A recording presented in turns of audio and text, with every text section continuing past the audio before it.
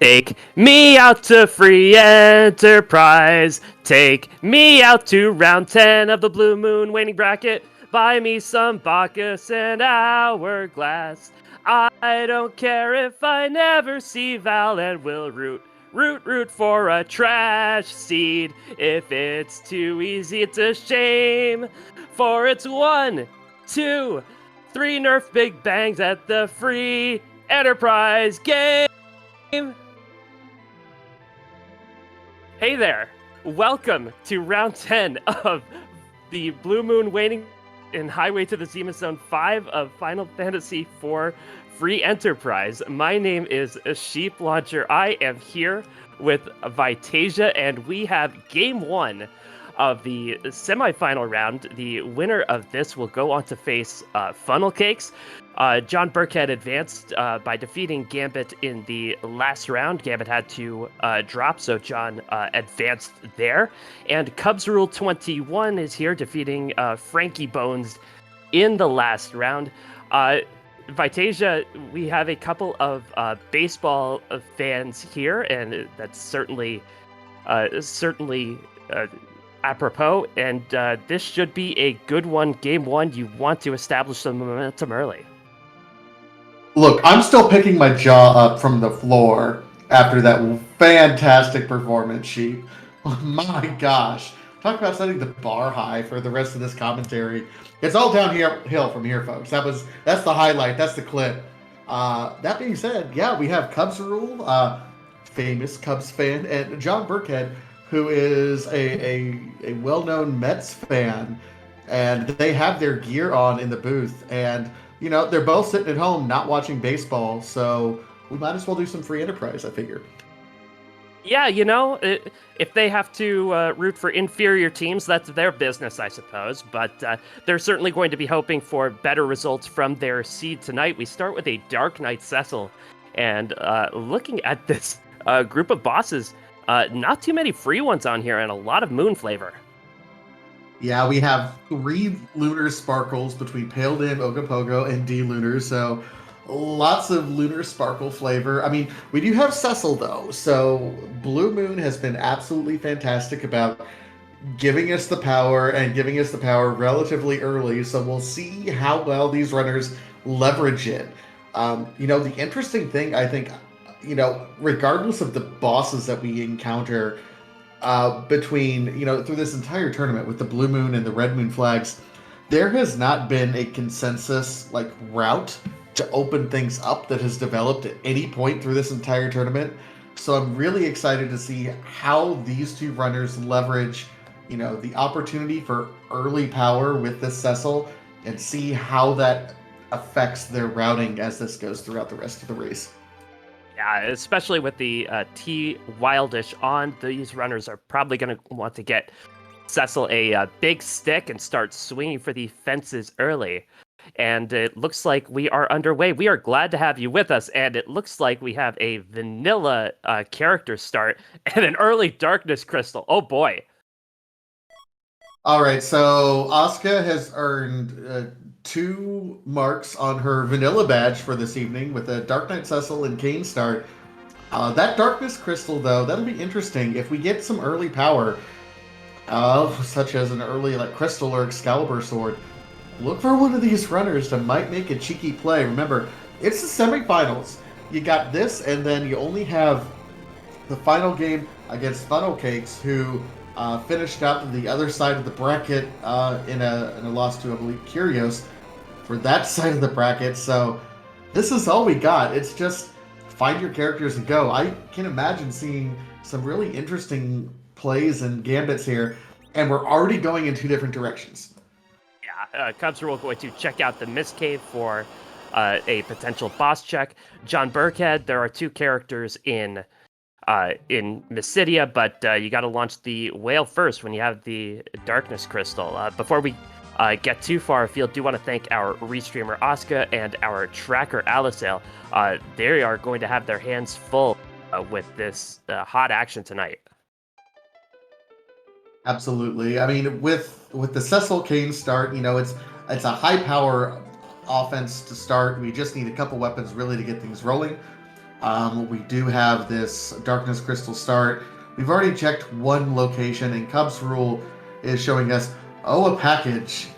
That's kind of cheeky right now because there's a lot of things that when the package does hide a boss location, but my goodness, it's very difficult to justify doing that just because it's a minute and a half cutscene. Meanwhile, John does find, I would say, the least desirable melee characters in both Sid and Edward that are at the Mysidia location. So, worth noting that those two are just happen to be there. I think those are, I would say, weaker party members, especially Edward, if we don't happen to have the spoon. Yeah, and Cubsrule heading into the Watery Pass and finding our token White Mage. And a nice Moon Veil in the back of the Watery Pass as well. Sid is useful early game, can definitely be the anchor late game if a Tella isn't found, but yeah, not the cleanup hitter this lineup is looking for. I mean, he gets on base, but let's face it, he's not. You're gonna want to sub him out to get home, right? You're gonna want a pinch hitter or a pinch runner at that point. Unless you find a curse ring, and then he can be a very effective anchor the rest of the way. I was just trying to go with the baseball theme, but we'll see how many more times we can do that. Bahamut located in the Watery Pass, so we're gonna go ahead and opt out of that. Cubsrule making fantastic time, just absolutely blitzing through. I think he's done more checks just because John has went ahead and done the Mysidia cutscenes up to this point in time. Oh, that's nice to find.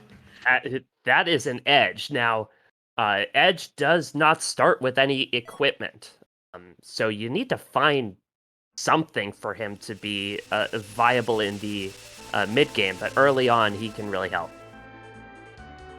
Absolutely, his ability to even just cast Flame by itself can really carry a party even through like Mount Ordeals without any levels or any other equipment whatsoever. So that's a fantastic pickup early on right there. So there's only one character check left between these two runners. How's this party looking to you, Vitasia? Who are you liking from it? You know, it's a viable endgame party. You can, I guess the best way is make do. I love having both a Cecil and an Edge. That's going to be a lot of your power. Sid will help carry you through the early game and would be a fantastic anchor. Porum is a must-have right now.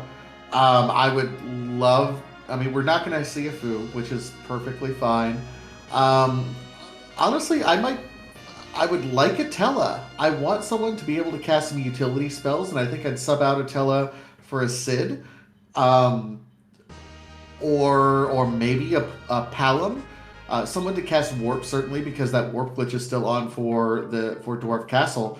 Either a Palom or a Tella is really what I'm hoping to find on Mount Ordeals, but if neither of them are there, I'm fine rocking with the party that we got right now. JohnBirckhead with a little bit of divergence from Cubs, doing a little bit more looting in the Damsian basement and in the public treasury in Troya. Not much in the public treasury, but the Damsian basement does have both a heroin robe if he wants to make that form into a murder child, and a rune axe, which both Kane and Sid can wield, especially putting one of them in the center slot will kind of mitigate the lower accuracy that the axe has, and can really dish out some damage. Absolutely. So we see Cubsrule immediately going over here. You know what? I love that Cubsrule is checking this. That where we got the guy a hat. That particular check in the Chocobo Forest. I don't know what it is. I love making that check too. It's a good luck check for me. You know what it is? It's that when it hits, it just feels so good. Like you just feel so clever. Yeah, when it doesn't hit, it's like, okay, I wasted 5 seconds. Oh well. Yeah. Hello! More vanilla.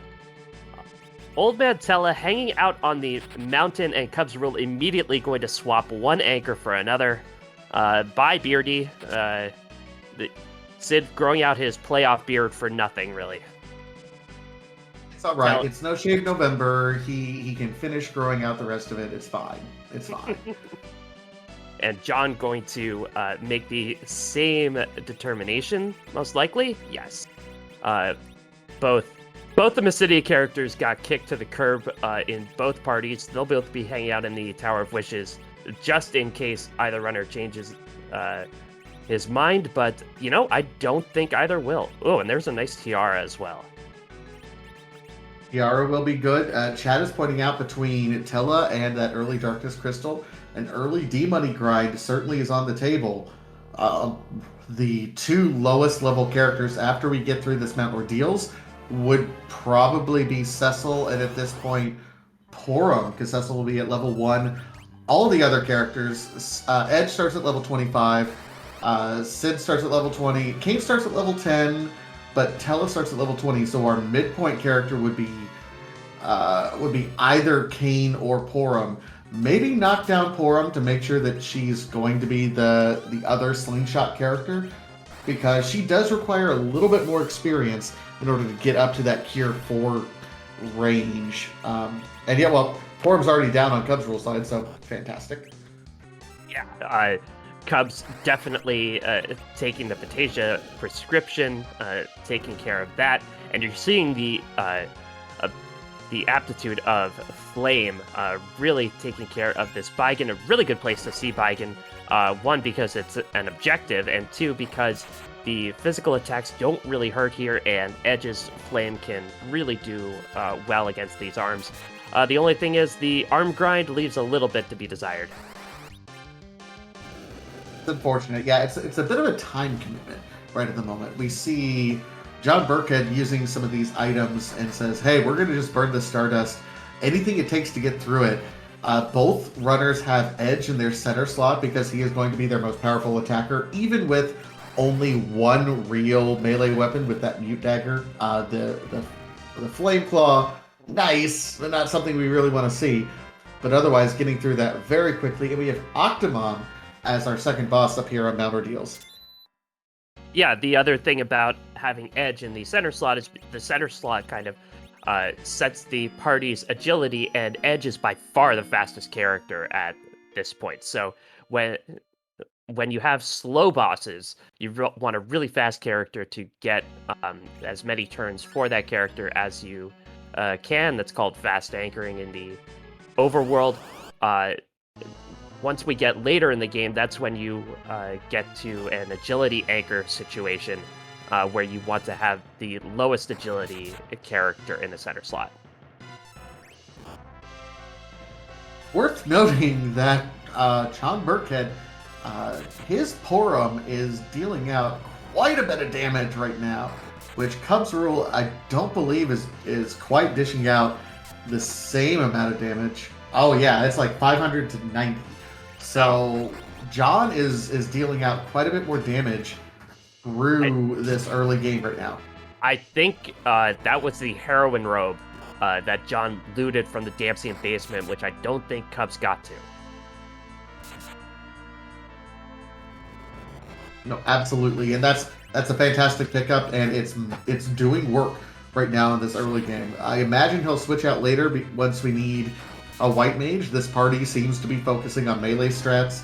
I would like to think it's going to be zerking up once we get to Zemus, but that's a problem for like an hour from now. We don't have to worry about that right yet. Yeah, JohnBirckhead will get his second key item, he hopes, and it is a tower key, so Keyless Tower will not be on the table tonight, but JohnBirckhead has the tower key and the package now. It's a fantastic pickup. There's only so many key items that unlock bosses, and as this is a boss hunt, already having the package and the tower key, very, very important, I think, as we weigh how early we have to go to the moon. We have lots of checks that we can already do and kind of already clear out right away. kind of a free-ish ordeals. Octomam not really an issue on the back attack, just a little bit of a time commitment. The officer-soldier fight in the changing room, not not an issue at all, and in fact, a little bit of a disappointment for our runners who definitely wanted to see that elsewhere. Yeah, you're hoping to find something like Ogopogo there, where you already have a free HP refill, so you don't have to worry about the mechanics of automatically losing half your health right to start the fight. So that's, yeah, you don't necessarily want to see a free fight there, but it's nice to see us, both runners, already at about the 12-minute mark, done with Mount Ordeal, Cecil fully powered up. Now here's the question, do you immediately go and do a grind up on D-Machine? Or do you take some time to go and try to find some cutlery for Cecil? And if you're JohnBirckhead, the answer is neither. We're going to burn a siren real quick. Yeah, both runners starting with a siren in their toolkit, and JohnBirckhead wants to use it right now. This is the best place to get experience on the overworld. The Liliths provide a bucket load of EXP, and as you see, one flame takes them out. Yeah, they are weak to flames, so that's a good heads-up play there by JohnBirckhead. I kind of like it because I think on one hand you're sacrificing a slingshot in order to be able to be better equipped to take on everything that's going to be located in Eblin Castle right now. Those 3 trap chests, if they end up cashing out, can be significant as you're going through the rest of this race. So let's see what ends up happening right at the moment. Looks like Cubsrule is doing the same thing as well. I talked earlier about, hey, there's not a set route right now, but both runners are doing the exact same thing, so I'm a liar. Well, you can tell just what is motivating these runners, and Cubsrule had up on his screen kind of how much his Cecil needs something to swing. Right now, the weapon for Cecil is some samurai arrows, only 10 of them, and a short bow. That's not going to get Capone. These runners really, really want a holy sword in the worst way. Yeah, you see over on John's side, he's set up. He has a rune axe, but right now is trying to set up to get some sort of equipment right now for Cecil. Setting him up in the back row so he can still cover and do some sort of support right at the moment. But otherwise, looking like he's getting ready to tackle this Eblin Castle. It's worth it, but it does require a little bit of caution going in with the party. Edge is capable of certainly sweeping through with the flame spell. Tella can cast stone now, but otherwise, can be a really, really dangerous place to get some experience and some fantastic equipment. It's worth it, but you have to go in there prepared. Yeah, neither runner, although both runners have the moon shop open to them, neither runner has checked that it could be a source of hourglasses, which would really make Eblin Castle a lot safer. I tell you what, John just showed me that there's a glass helmet. He put it on Kane. I kind of like putting a glass helmet on the back row Cecil. Nothing in Eblin Castle will do anything but melee damage. So putting it on your Cecil and allowing him to kind of back row cover the rest of the party is something that I would absolutely support doing right now. And instead, he's got that glass helm that on a front row Kane is still going to get knocked right over, as shown. Yeah, the ogre's still hurt even with a glass hat Kane if he's in the front row because the punches do a lot of damage to front row characters because it's not as far to reach. Going to try and stone with Tella in the center slot, and of course, Tella, Mr. Dependable, gets it done. Just a fantastic move. Cubs is having a little bit worse RNG. That Tella got knocked over almost immediately, and of course we are rewarded with an Excalibur. The prevailing wisdom is, I'm done looting now, isn't it? Yeah. You can speak softly and head through the rest of the seed carrying a big stick, but John not going to save, going to try and loot out even more. Maybe even upgrade a crystal sword. Maybe some Hanzo steel for that edge. But there could be lots of other goodies here at Evelyn Castle. Yeah, I mean, it's still a fantastic weapon. You can still get some good Hanzo steel. You can get some other things here. So I appreciate. Hey, that full moon will be a fantastic weapon for Edge as well. That being said, I don't know if I'm swinging right now. Like, I'll throw something, but otherwise, Cecil is my primary source of damage until otherwise notified. Yeah, that full moon not only does a lot of damage on its own for Edge, but if John does find some Hanzo steel for Edge, that full moon will make Edge back row glitched for all time. It's only in the red moon bracket that the back row glitch is off. Here in blue moon, it is on, and that means once a back row weapon has been equipped onto a character, even if it gets taken off later, that character will still act as if the back row weapon is still equipped and do full damage from the back row. And there's a crystal sword. I mean, why not? Why not? This is why we do Blue Moon flags, because we like power overwhelming right now. I mean, of course it is. Of course. And Cubsrule is going to head back into Evelyn Castle. He's not going to be satisfied with that Excal either, and will get around to that crystal sword as well. But John now a full check ahead. And get some wine. And normally it's the ogres who carry wine. This time it's the it's the stalemen and skeletons. Okay, but let's not forget to talk about the rest of those chests that were immediately opened up by John. And I presume Cubs is going to get it as well. Life Staff, White Spear, Protect Ring. I'm done looting. Like, yeah. That's my party right now. I'm good. Yep, that was what an Evelyn Castle, and both runners are going to feel really good about their decision to head straight up Ordeals and then head to Evelyn Castle. I don't think either runner has a reason to feel behind at this point.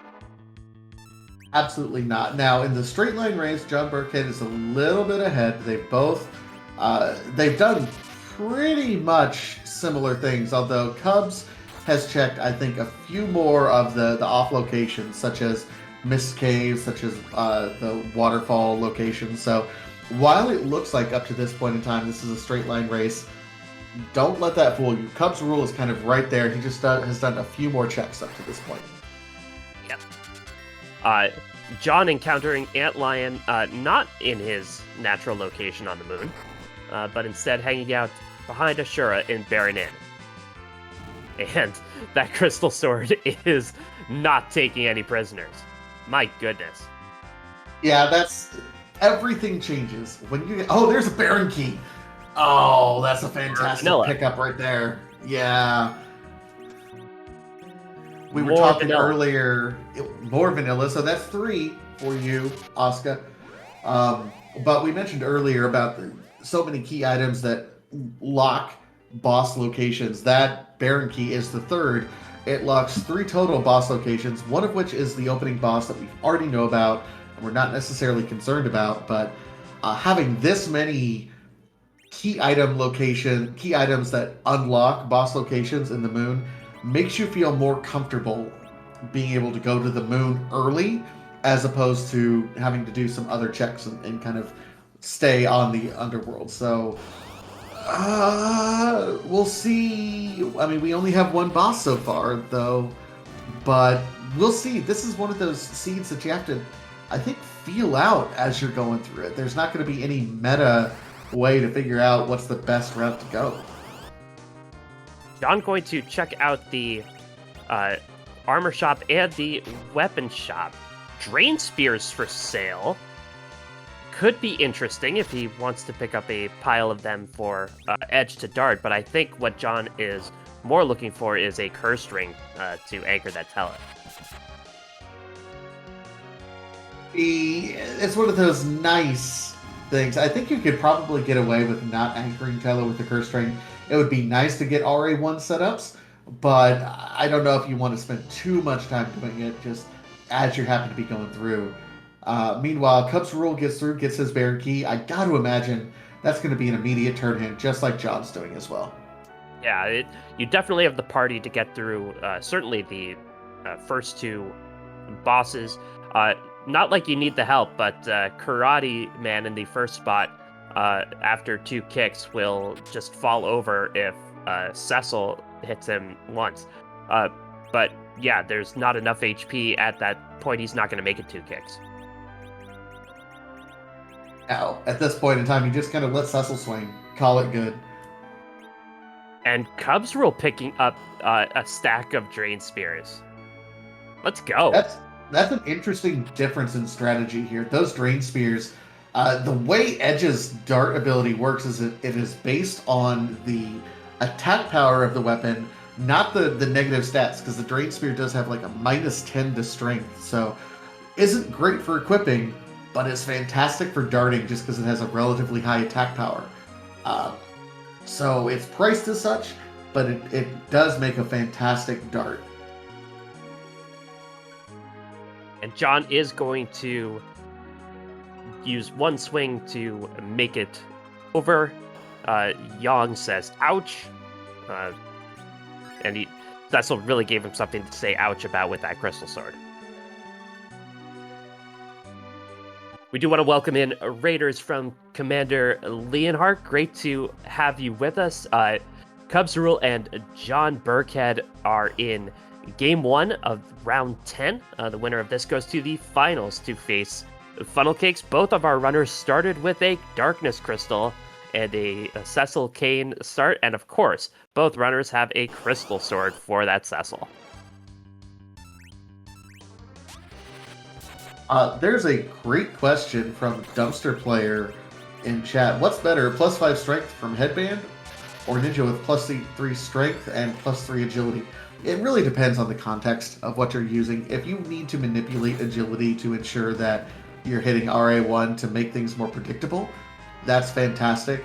Otherwise, if you don't need to, I mean, the strength is just a pure DPS increase. So it's context dependent, is what I will say. That's a very lawyerly answer of you, Tasia. It depends. I mean, that's the answer that every lawyer should give about any question that anyone ever asks them. It depends. John makes it through Rubicant on the throne. A different fiend is in the is on the Baron throne today. Kainatsu, by the way, in the Mist Cave. So no dealing with a turtle for any reason.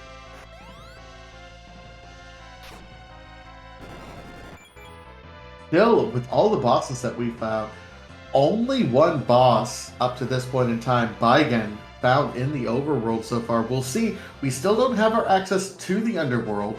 We'll see if we end up getting it here in Baron. Otherwise, we still have locations in the overworld at Antlion Cave and at Fabul Defense that we have not checked up to this point in time. But starting to run out, and you know, we are 25 minutes in, have not gone into the underworld. Oh, there's our hook. So chasing that Baron Key was going to be required if our runners wanted to go underground at all anyway. One of the characters preventing the walls from collapsing in on us was a Magus Sister, so that's nice. And John going to make the checks that Cubsrule has already made, and now you'll see kind of our runners coming more into sync with each other. But that hook is real interesting. John flew away from Baron without checking the throne. With this party, I'd be tempted to see what's down there. I would at least check. And Cubsrule is making this. This is the first. I mean, we had some early divergence in terms of the checks that are made. This, I think, is the first knowledge difference and knowledge gap between Cubsrule and JohnBirckhead that I think will make a difference later in the race.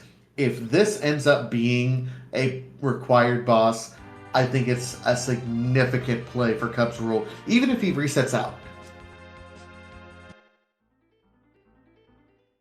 Ooh, that could be required. That's a blue robe. It's either the Gauntlet or it's the Water Hag, and it's the Gauntlet. So this could be an early grind if Cubs wants to tangle with it.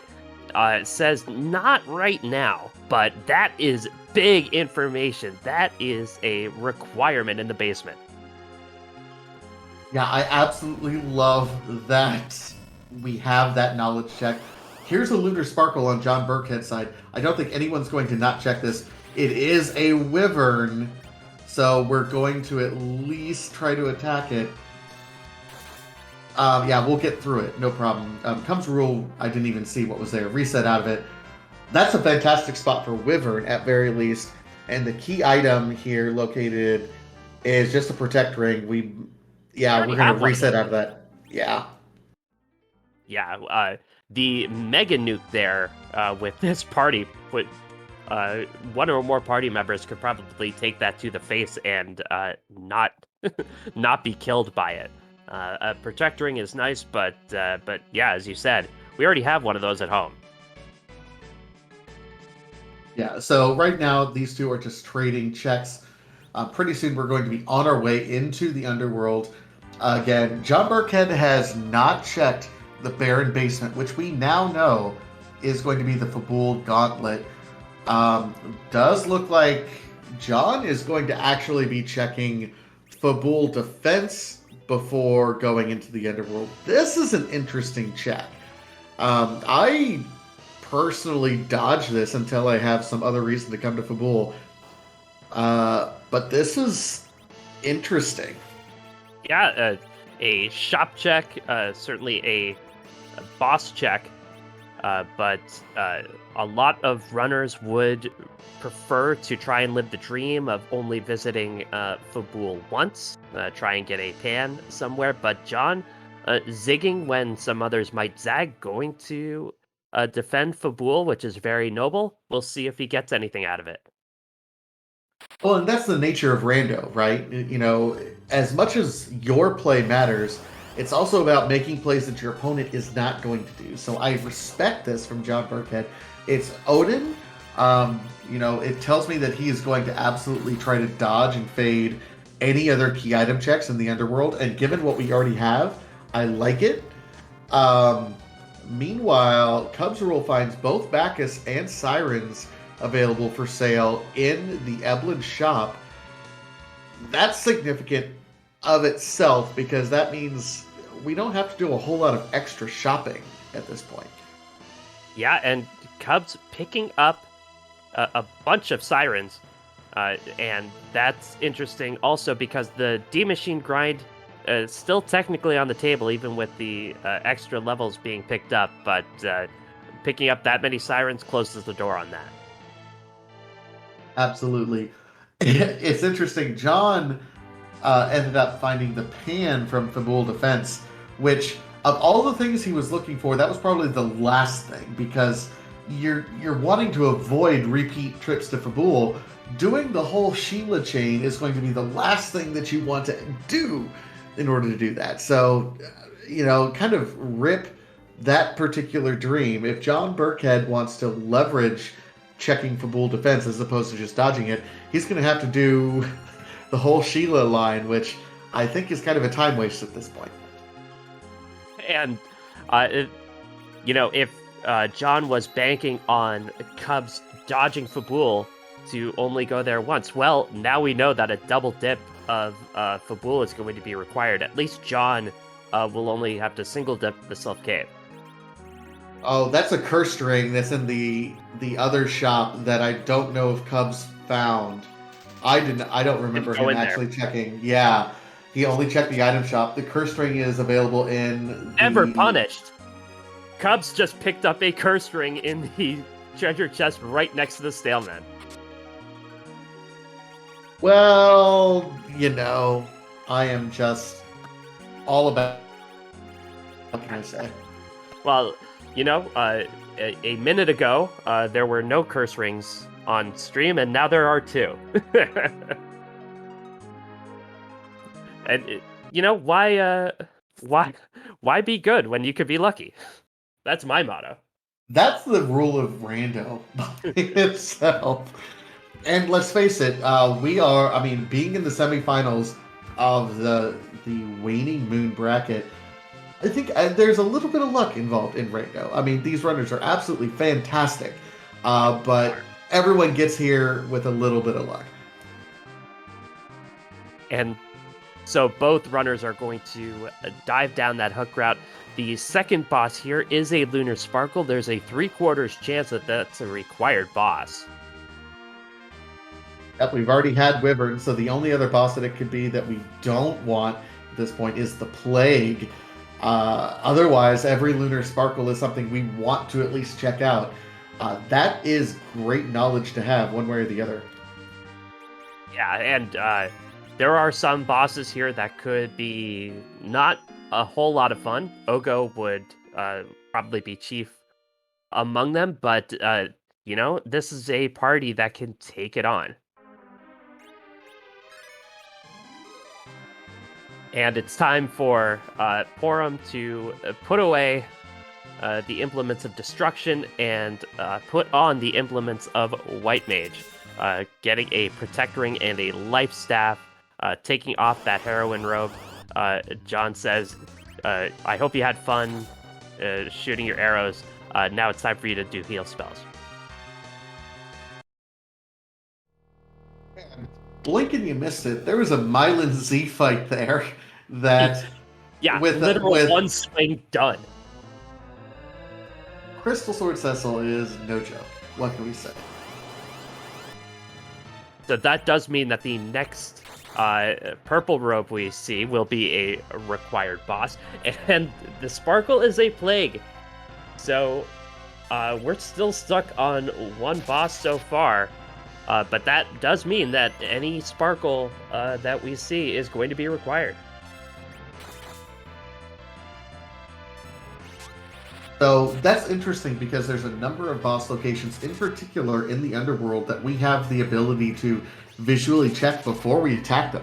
For example, the first boss in Dwarf Castle, 2 bosses in the Fey March, the top of Tower, we can absolutely check before we go. There's a lot of locations, realistically, that we can just peek and we don't necessarily have to fight ahead of time. So knowing that any Sparkle we find is going to be required, nice to know. Especially if there is a Sparkle on the top of the tower. If I'm one of these runners with this party, I am really tempted to just go straight up that tower once you get underground. Absolutely. If it's anything, if it's a Sparkle or any of the bosses, that's Route 1. Or even if it's a free boss up there, I'd be really tempted to take that. Cubs will see the slow crumble of Plague, and will head underground and get a pitfall in about 35 minutes. Neptune Olympus asked a great question. What prevents the characters from dying when they hit 0 at the count?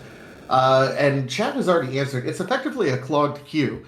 If you have at least 3 characters that are berserked up, their turns will come up and refresh and will attack, and that has priority before the death counter hits. So if you have 3 people rolling, no one else dies after that. So you just keep rolling. We did see what that top of tower boss was, and it's a Val. That's not free though at that spot. Maybe that's a I don't want to do that if I can avoid it spot. No, that's a time commitment. The physical attack there isn't that great, but it just has a boatload of HP. It's a boatload of HP, but let's face it, this is a party that can do it. You're not really dependent on a whole lot of magic. You're dependent on Cecil swinging really hard. And that party can kind of get through that, honestly. Well, Cubs is going to use some of those sirens they picked up.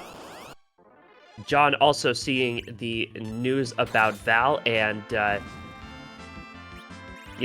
guess after after you've gone through a pitfall, you're happy to see anything, but maybe not especially happy to see Val at the top of the tower. Probably not. Meanwhile, Cubsrule cracking some eggs. He's already knocked down his Tella, so is going to be set up with RA1 for Crystal Sword Cecil to do work and get some grind going.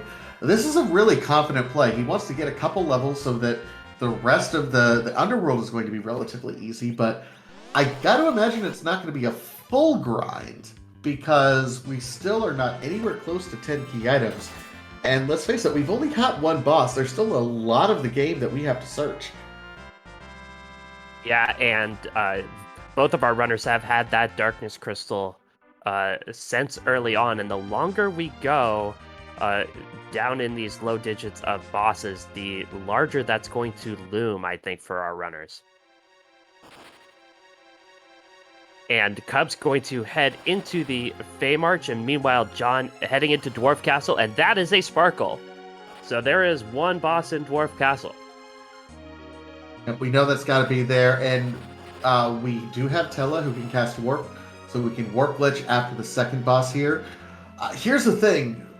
We have, Pale Dim, D-Looters, and Ogopogo. I don't think any of them are particularly fun at this spot. I mean, we'll deal with Pale Dim, but we're not happy about it. No. Pale Dim will sing us the song of his people. Coffins for sale in the Fey March.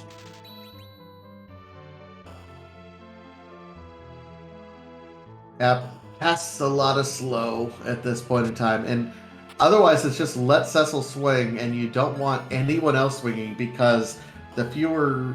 You gotta maintain efficiency at this point in time. Just let Cecil do his thing, call it good. Perhaps did check the rat tail chest in the Fey March. I did not see what it was. Chat is saying it's the Sand Ruby, but I can't.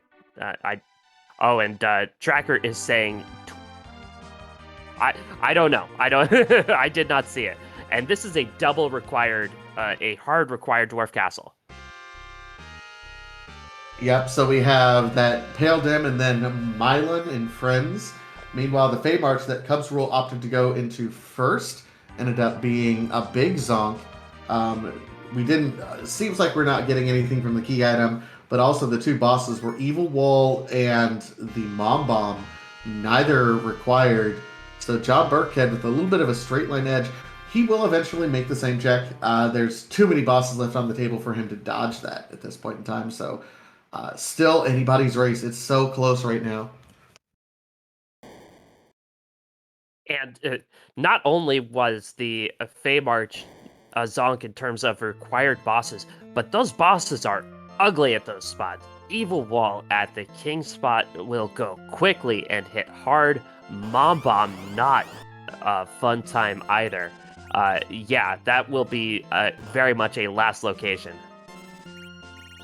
Given that we already have Baron Key, Tower Key, and Package, the only thing that we could possibly need to get out of there would be either the Earth Crystal or the Twin Harp, because those are the only two items that lock a potential boss location at this point, or any of the fetch quests that do so. So I think we're good in dodging that underworld almost entirely at this point. And the rat tail came from the item from deep within the Luca cave that was accessed through the warp glitch, and Luca had the pass, so a very lucrative dwarf castle. We are being told in chat that the free key item in the Fey March was the Twin Harp. So yeah, only the Luca key or the Earth Crystal would potentially shield any bosses, and yeah, with one of those potentially hiding behind the Evil Wall or Mom Bomb, our runners very justified in saying no, thank you.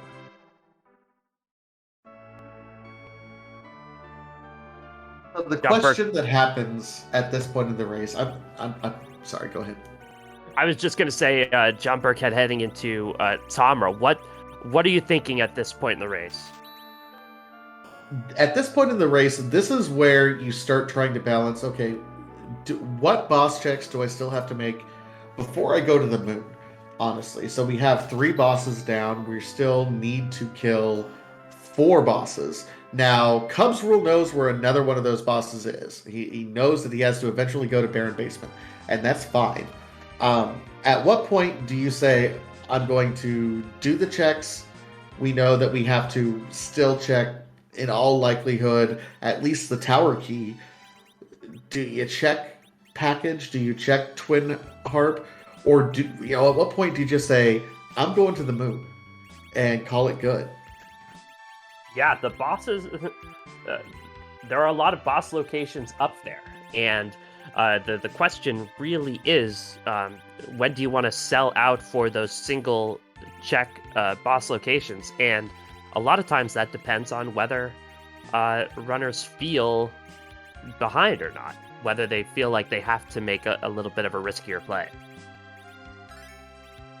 Yeah, and I think the problem with this seed is that both these runners have been running it very, very well. I don't know if either one of them have a good sense of if they're ahead or behind, because they've been kind of in neck and neck. Neither have made a bad play up to this point in time that they can point to and say, this was a bad play, I feel behind, which makes it difficult to make those sorts of judgment calls. If you don't have a good sense, what do you do? Like, do you have a default that you do, or what's your preference? Yeah, well, I'm a bad person to ask about that because I always feel behind. But my kind of default is to kind of clear out what I can, and then to do those single spot checks before heading to the moon, especially with a pass in hand. I'd like to kind of end up on the moon so I can exit out quickly and use the pass to go directly to Zeromus. But yeah, that would be my preference. But these runners, we've seen a lot of really kind of inventive play here. The route that they've taken has shown great awareness of the situation and of their opponent. And John Birckhead does pick up that twin harp, confirming it for us. Meanwhile, Cubsrule is at least doing the tower key check. It is the Dark Elf, so not a required boss, but he's going to still beat the boss because he needs to know that this isn't going to be an Earth Crystal or a Luca key at the bottom. I don't know if he is going to go ahead and kill the boss at the top of tower. I think that's a risk too far for me, but it's possible that he does, just to be thorough. Yeah, it should not have an issue defeating Val. It will be a time investment, and we have seen the half tower play done a couple of times in this tournament. And two boss gating items is really kind of the in-between spot where, if you have 3 or more, you still need to pick up some items. And if you have 1, every boss that you need is available to you somewhere. So you're basically face checking at that point. And it's just a matter of how aggressive you want to be. And Cubs is taking that lead from first and is making that half tower play. I love the half tower play. I think right now we're not in a race for key items. Just statistically speaking, there's only 2 key items out there, and there's a lot of different checks that we can go. Especially if you're Cubs, you know where one of the other bosses is. Statistically speaking, you can do the twin harp check, you can do the package check. Honestly, I might even, with 4 bosses remaining after I go ahead and do Baron Basement, if nothing else is there, I might even be cheeky and check Zot 1, because I want to eliminate as many places as I can before I go up to the moon. And so Cubs only getting a Zeus gauntlet from that tower play. A really nice piece of equipment, but John completely skipping it and saving that time. Will the Zeus gauntlet, in addition to the Crystal Sword Cecil, save Cubs enough time to make up for that really longer than it had any right to be Dark Elf fight? We'll see. And let's not forget, John actually has the pan. This is an empty check for Cubsrule. John is definitely more efficient in this. It is just a Sand Ruby in terms of here. But we got, let's see, 1, 2, 3, 4, 5, 6, 7, 8. That's 9 key items for JohnBirckhead. He's getting very close to that 10th key item where the experience doubles. Neither of these runners have done what I would call a full grind up to this point in time. They've certainly cracked some eggs. But John, very, very close to that 10th key item, I think, threshold. And John has the 2 checks at Sheila and also the Rat Tail turn in. Well, hey! The Rat Tail turn in. Yay. Yay! We did it! Yay. Chat. Did you know that the Magna Key allows us to get into the underground? That's fantastic.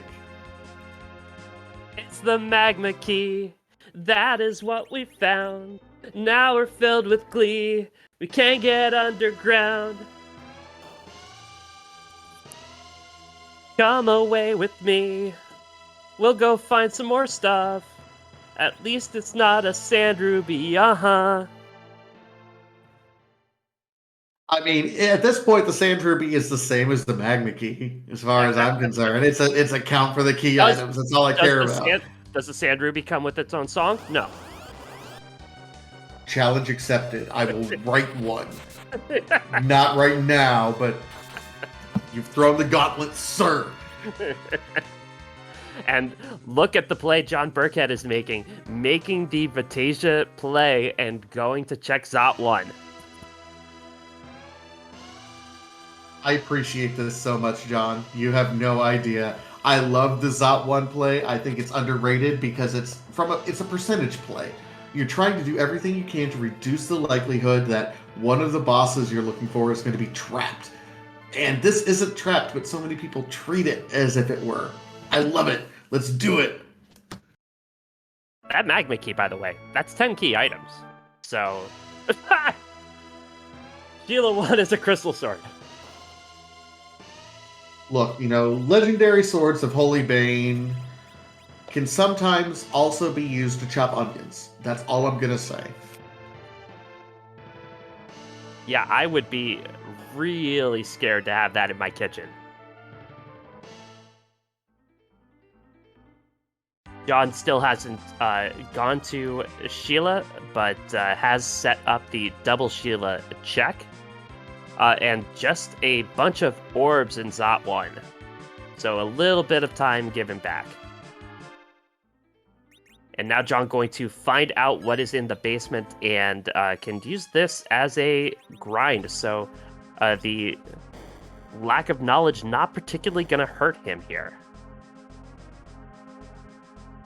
No, I mean, this will be interesting. So Cubsrule knows that this is here. I wonder if John, this is just part of his standard routing, knowing, okay, he knew he was going to eventually come back and check this. So committed to coming back when he knew he would be able to take it on, whatever it was. He did kind of a mini grind. He's ready to go, as opposed to Cubsrule, who knew that he wanted to at least check it. A little bit more efficient from John if he had that kind of play ahead of time. Otherwise, we're in for a gauntlet race. And it's a time to conjure up some scary stuff. Not really. Not if the conjurer gets one-shotted. I gotta say, this is interesting. As a general rule, I like Cubsrule's party setup a little bit, but John has his edge at the top spot where if it's a bunch of conjurers, that mute knife is going to melt much, much faster than having Cecil use a coffin going through. So even though it's the same fight, John is organized his party knowing what the fight is going to be, where he's just melting things as quickly as he can. That's a conscious decision that I want to point out, that these two are so close could make the difference between, winning this race and losing this race. And John also getting double EXP on all of these fights. From 3,700 for Cubs to 7,500 for John, and he is through.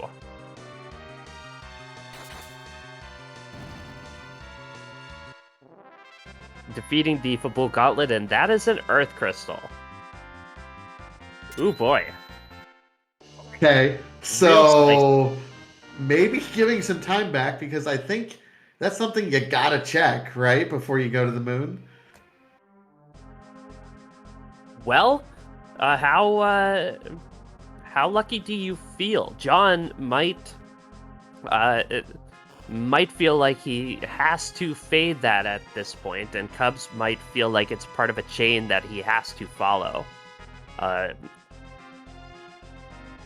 it's tough to get inside runners' heads. But that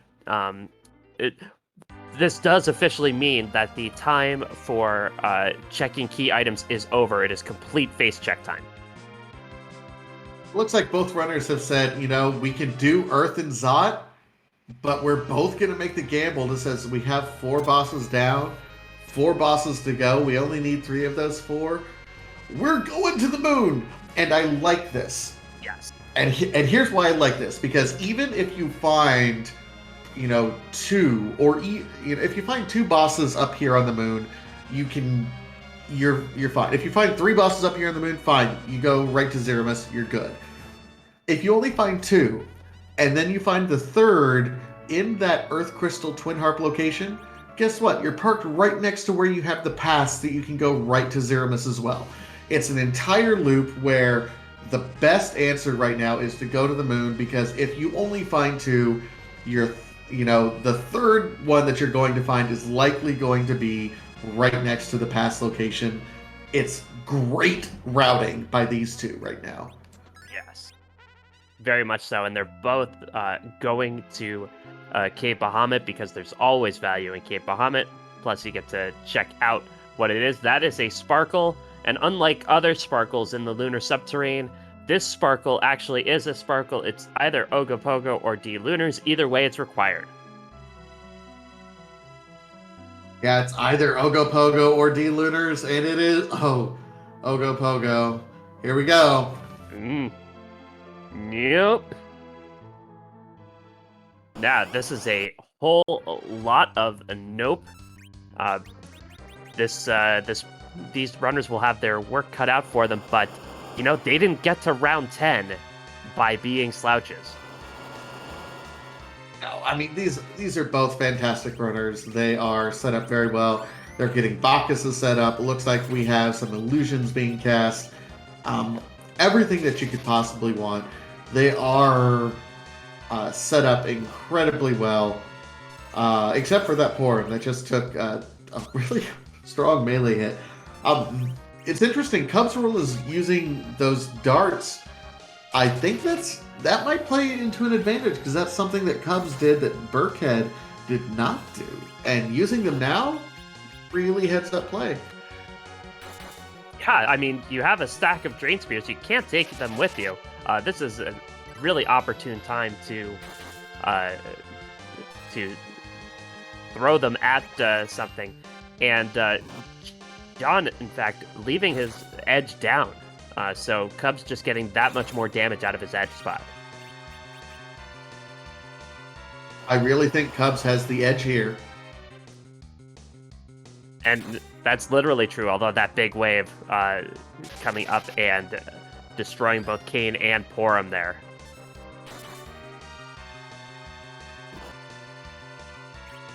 And now Tella goes down. But Yeah, Cubs is through.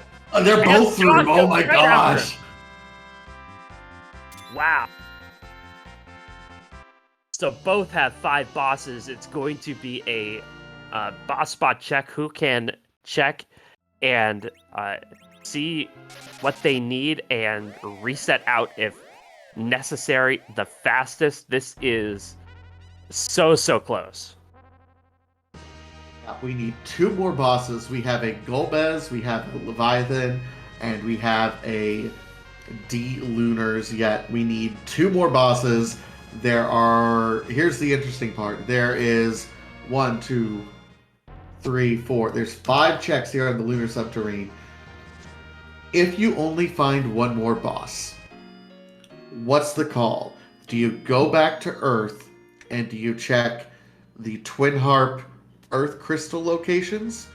Or do you do the Giant, which is out of the way, but it's right there? It's not as out of the way as either the Harp or the Tower of Zot to me. I think I checked that Giant. Just the Harp is such a long check. Not only is it a walk, it's a cutscene, and it's a check we all enjoy, and a check we would love for the runners to make, purely selfishly. But it is a long check. The Giant is quicker. Either way, we're in a fantastic straight line race. Everything that you would expect out of these 2 runners. We're, in the round 10, in the semifinals. This is the race that you want to see. Screen for screen, running up against each other. This is exactly what you want to see in the semifinals race. And it is, okay, Maga Sisters, so going to reset out, and John going to be right behind Cubsrule at this point in time. Yeah, just as a reminder, this is game 1 of a best of 3 series. Our runners have to win 2. Our second race is coming up tomorrow night on the Free Enterprise Network, I believe.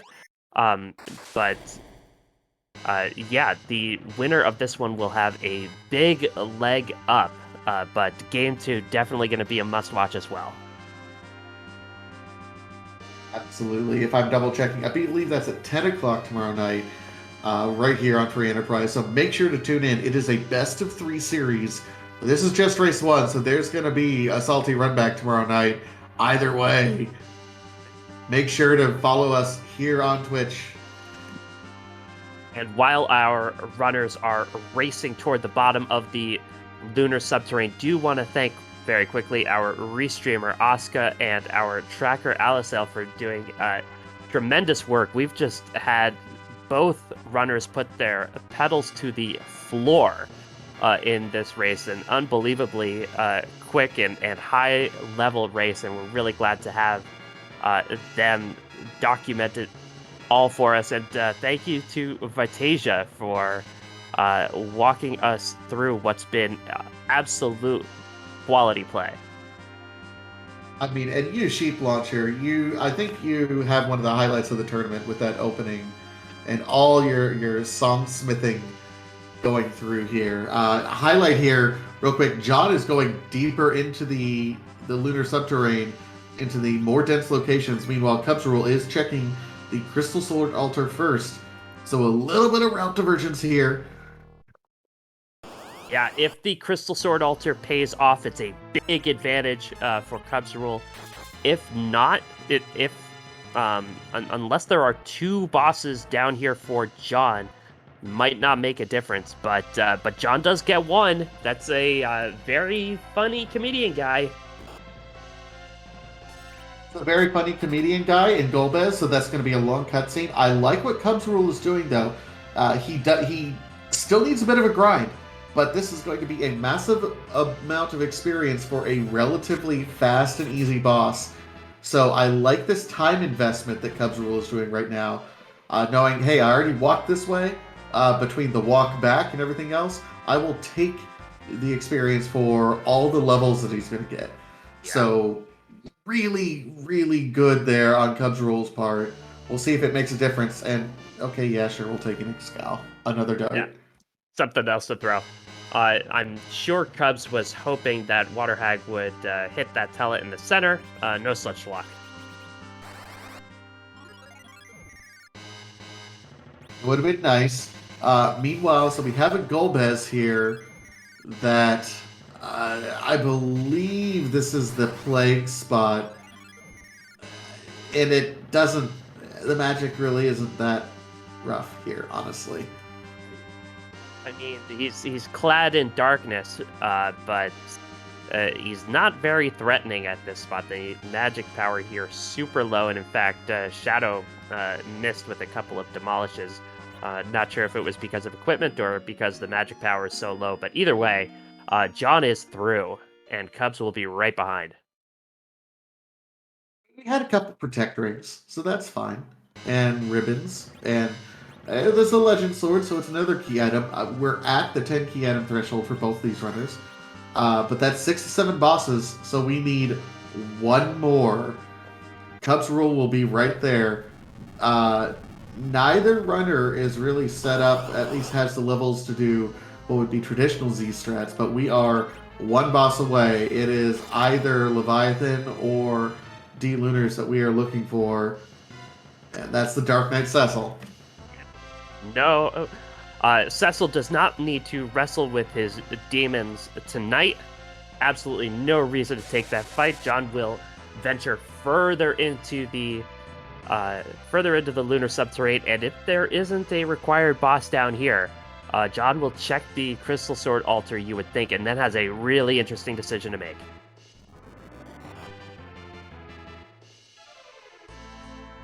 It will really be interesting, and it is Leviathan. Oh no! Wow. Okay. So, Cubs will be a little bit behind after this. Both and Vatasia, with these levels, do you feel comfortable going into Z? I don't. Even if you're a little bit, I want to see how much HP that Porum has, but really, with the melee characters that you have White Spear Lance, you have Crystal Sword Cecil, and you have Full Moon Mute Dagger Edge. That's not quite enough damage output that you can count on getting through without an unnerfed Big Bang, unless you're really going to go for it. I'm a little bit nervous about that. I think I'd want a few more levels in order to be able to guarantee you get through. It's close though. It is very close. And both of these runners, I'm not ashamed to say, are much better than I am. So I'm a little bit nervous, but both these runners might say YOLO. It looks like Cubsrule is in a slightly better level situation because of those levels he took from the Water Hag. I think John needs to take at least one Gold Dragon fight, if not two.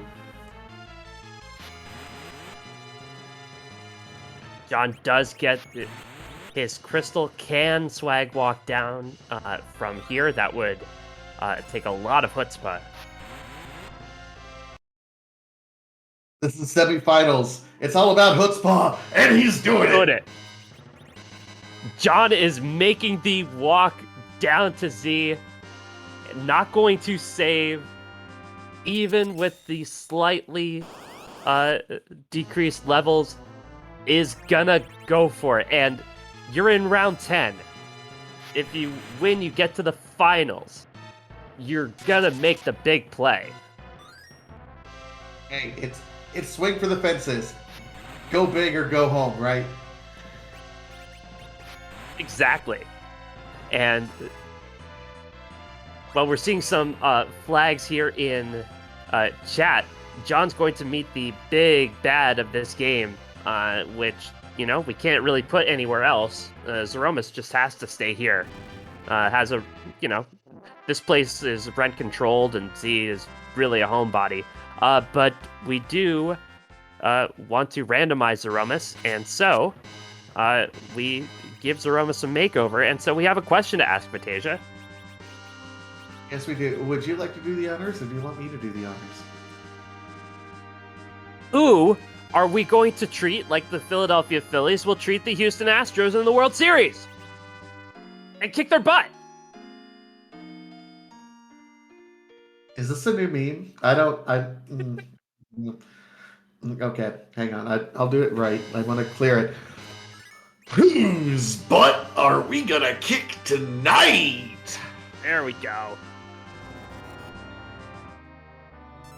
Back to R. I'll take Cactarmas. I like it. Love it. We need it to be animated a little bit, so it's running a little bit, but Cactuarmus just wants a hug. I see chat saying, "Oh yeah, Big Ben can only do 1,000 damage." No, we do 10,000 needles here. It's not 1,000 needles. It's 10,000 needles. That counter nuke going on Kane, dangerously close. Definitely not the target that John wanted. No, and really, we're gonna watch out for the amount of damage that he has output. The trick is going to be if he can get through with Porum surviving, or if there's an immediate Meteo after that second Big Bang that I really think is going to be coming. Otherwise, this is very close. Party members have survived up to this point in time. Meanwhile, Cubsrule is finishing up a little bit higher levels. So I think Cubsrule is in a safer spot than JohnBirckhead. So right on his tail, John cannot afford any mistakes through this Zero Miss fight. Yeah, not only did Cubs take that Water Hag fight from earlier, but also took the Dark Knight Cecil fight for some experience. So going to have higher levels. We'll see if he feels confident enough to take the swag walk down. He is setting up for the final battle. Does look like his cane is lightly equipped compared. I saw Blizzard Spear as opposed to the White Lance that JohnBirckhead has. So that might make a little bit of a difference. And that Porum only has Cure 3. So the Porum's doing her best. Beach Dreaming in chat is asking a fantastic question. Anyone want to explain how to nerf the Big Bang? There's a lot of technical voodoo, but effectively, you cast a spell on Zero Miss, or whoever the Zero Miss sprite is, immediately after he shakes. And that does something to his magic power. It does magic behind the scenes that I don't know how to explain. That makes it so that his next magic attack, outside of the nerf of the nuke that's counter, is reduced. So, yeah, it's voodoo. It's inscrutable to me. The first one's real easy because you can nerf the first Big Bang by just doing an attack right after the fight starts, but after that, good luck. At least if you're me. But what a counter nuke target against that Porum with a wall. John getting the rolls when he needs them. That was about as well played as you can expect, because I think it did counter properly, and I think this Big Bang is going to be nerfed, which is exactly what John needs. It is nerfed, and that is perfect for JohnBirckhead. Yes. John doing it the right way, getting just a little bit of luck, and into Meteo phase. Zeromus has less than 12,000 HP, gets 2 dodges. John is almost there. Rocks fall, and it is, there's the Crystal Sword swing, and it is crash, boom, bang, and JohnBirckhead will be our winner in round 1 of this semifinal match between JohnBirckhead and Cubsrule21. Get your GGs in chat. This has been a fantastic race. Oh, what so good. Race. What a race from both of our runners, but JohnBirckhead coming out on top with a time of 1:10:43, a blazing fast race and laying down the marker for this round 10. And we are joined by JohnBirckhead. GG's. GG's. So it's really important to get a fast start in a best of 3 series, but with a Cecil and Kane and Darkness Crystal start, that was a little fast even for you, huh? I mean, fast is good, right? I think we're all a little sick of darkness, and I'm glad my mic was off when that was the starting item. You know, and to show you how much we're all sick of darkness so early. Cubs and I were even chatting a little bit once the race had started. You know what I mean? Like, this is a big deal for both of us. You know, semifinals of this. Like, oh, really? Yeah. It was decision time, and after the last race I had where I screwed up my slingshot, I was, you know, you ever see that GIF of Zach Galifianakis from The Hangover, like, and all the equations going through his head? That was me trying to make sure that I can add 5, trying to figure out what the characters would be. So. Not the most comfortable start, to say the least. Talk to us a little bit about that finish, because you didn't have much of a grind. You went in there. Forum certainly was going to be your weak point. It was very important to be able to nerf that last Big Bang. How much practice have you been getting in making sure that you can still have your character zerked up, but have that nerf ready to roll? Oh, quite a bit. Quite a bit. You know, it's hard. You know, work and the kid and all that, but I do get to play quite a bit. This is kind of my relaxing time. I've had a lot of help from people like Possum. You know, it's Cubs. I don't have time to grind. It's Cubs. You have to go. And in the same way that, like, if you fade a check, you kind of have to own that fade and just not go. Like, the situation I'm in right now is that if I miss my nerf, I'm going to lose. But if I go back to grind, I'm going to lose anyway because it's Cubs. So either we hit our nerf or we don't. And this time I did. Yeah, this race was absolutely fantastic. Really, there are 3 things that I think differentiated. The first 2 was that Cubsrule did a little bit of extra grind. He took the Crystal Sword altar, which was the Water Hag, and then he took the Dark Knight Cecil just for levels. So, you know, you have those up on him. The only other thing that you guys did different, which I thought was interesting, is when you both got down to the Fabul Gauntlet there, you had Edge with the Mute Knife doing the swings and was just going to town. Walk me through that, because you went through that fight much faster than Cubsrule, and I think that made up for a solid minute, I think, if I'm at the end of the day. Yeah, so you know, you practice enough, and it's funny because with this tournament, you know, you go like Adamant Cup, right? And you're hoping to avoid Gauntlet, you know, as you're doing all of your checks, and here you're actively looking for it. So one interesting thing about this tournament is that we've all gotten to learn, you know, what enemies are at the alt Gauntlet at these spots.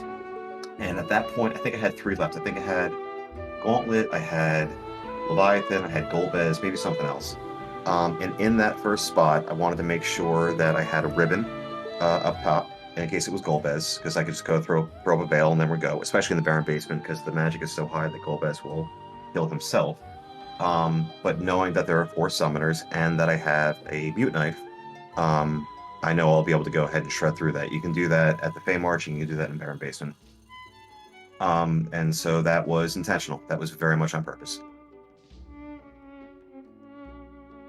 Well, that was almost Oracle-like. It was really great to see you're really at the high point of your game. It seems to us. How are you feeling about your play and about Game 2 tomorrow night? I mean, you know, it's good to get off the losing streak. Funnel swept me pretty good, and then the first match with Gambit was was interesting. I had messed up my slingshot, which ultimately cost me that match, and they had some much better routing than I did, and so I was feeling a little, and I had been just a little off. This making it this far in both waning and waxing is much further than I ever thought I would get. Getting a win on Cubs is absurd to me. It's absolutely ludicrous. And this tournament has been going on for a little while. So I'm just kind of like, I want to win. I'm trying my absolute best. There's some relief to just have matches going again, and we'll see what happens tomorrow. I mean, this was, I felt really really good about how I ran. And then Cubs finished right behind me. I was like, all right, all right, it's this is what it's like. So I'm just gonna try to stay relaxed and locked in for tomorrow, and then when the inevitable Game 3 happens on Sunday, we'll go ahead and do that too. Well, I did want to ask if you took any inspiration from your outfit. We heard that it was kind of a baseball matchup. It is. My Mets broke my heart, as they do every single year, which opens the door for all kinds of people, ones I know or don't know, to go ahead and kind of give me a hard time. Cough, cough, Doc Cossack, cough, cough, cough. And I do believe a little spoiler for me about the commentary is that I should be very keenly interested to go ahead and listen to how the beginning of this commentary goes. So I love my Mets. Maybe one of these days they'll actually go ahead and do it. Yeah, I just throw on the hoodie because I thought it'd be fun. Look, I mean, there might be some Philly fans that are somewhere also in this booth, but Where? as a fellow loser, as a Royals fan who's not in the postseason at all, let me just tell you, I empathize with the Mets. Well, Mostly. 2015 still hurts me, but that's a whole other conversation. We'll talk later. It's okay. Okay. Oh, but any last minute? Yeah, I was gonna say any last minute thoughts, John. Otherwise, just fantastic running. Thank you. I'm gonna try to stop shaking and try to calm down, try to get some sleep. I've got work tomorrow and a nice day with the kiddo, and then date with Cubs 10. So GG's to him. He's such a huge part of this community and such an amazing runner and just an amazing person. I was very excited by Tasia and Sheep to see you doing comms, and there's some good stuff there. At bashing aside, Oscar, we love Oscar. We didn't roll a foo seed. Very appreciative of that. And Ali, just a pillar of the community doing tracking. Thank you all very much. GG's to everyone at the Cubs. And we'll see you all tomorrow night. And you're an amazing part of this community as well, and a terrific runner. We'll see you back here for Game 2 tomorrow night. Thank you so much.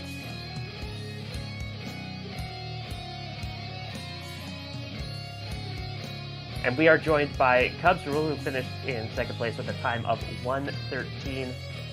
GG's, Cubs. GG, thank you very much. That was a weird seed. Started out slow, but then just kind of went gangbusters there toward the end. It seemed to us like you had your foot right down on the pedal the entire time. Did it feel like you were on the edge of your seat? After getting through ordeals, ordeals itself felt slow, but the rest of the seed was just get the crystal sword and go. Big stick does big things, as always. Yeah, that was a really nice find in Eblin Castle, and both you and John wasted no time in going. You start with a Cecil and a Kane, you get an edge early, you go straight up ordeals, you went straight to Eblin to get that big stick. Was that your reasoning? Yeah. One thing, if you have a Cecil or a Tella on this flag set, I think you immediately gun ordeals, and especially with the Cecil, you just go play the lottery in Eblin, and more often than not, it pays out. So I'm not upset with how that went. I lost one race already to leaving after an X-Cal before a Crystal Sword, so I wasn't doing that again. No, it felt pretty good for most of the seed. Yeah, I mean, you were neck and neck with John pretty much the entire time. It just came down to to little things. You went into the Z fight a little bit later, but with some higher levels. So you took the Water Hag fight and the DKC fight. Did you feel under leveled at that point? I just want to cure 4 on Porum. Even without it, I mean, you're looking at 1400 HP. It's barely enough to survive a nerf Big Bang. I wanted cure 4 just to be done with it and to not have to worry at that point.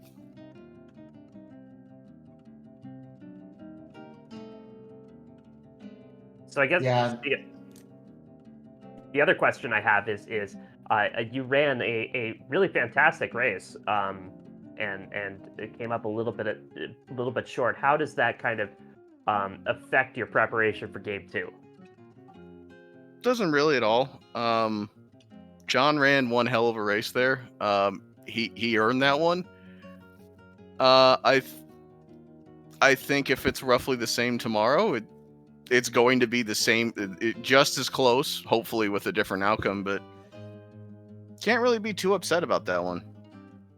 I think most of the time, what I did is good enough to win. He just did it a little better tonight.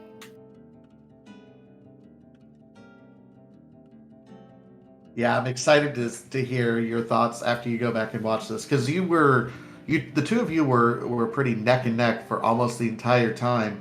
The differences were minuscule, and it would be difficult, I think, in either of your positions to feel like you were ahead or behind through any of it, because it was all just so close from start to finish. It's funny, we both have had seeds recently where we lost to bosses on the moon and not wanting to make that gamble. So it's just funny that it came down to that tonight, and it seems like we both made it at almost the same time.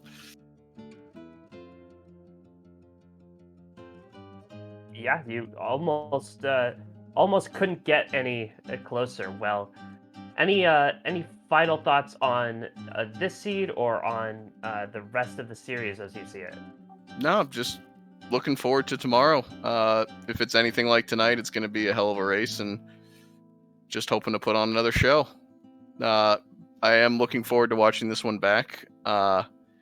Appreciate both of you on commentary. Allie pushing the buttons tonight, and Asuka doing her best to roll us a Red Moon seed here. I think we dodged a little bit of a bullet, but that was as close to a Red Moon seed as I played on Blue Moon recently. But no, just thank you all. Appreciate everything you all do, and looking forward to tomorrow. Yeah, best of luck tomorrow night and the rest of the way, Cubs. Thank you.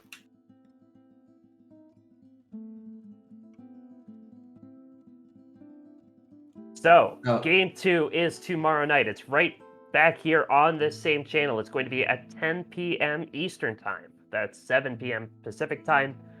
So make sure you are here for that. It's going to be really incredible. And you heard Cubs. It's going to be just as close and maybe the other way. Well, here's to hoping, because I want a game 3 from these two. This has been a fantastic run. So here's to hoping, but it was a fantastic run either way.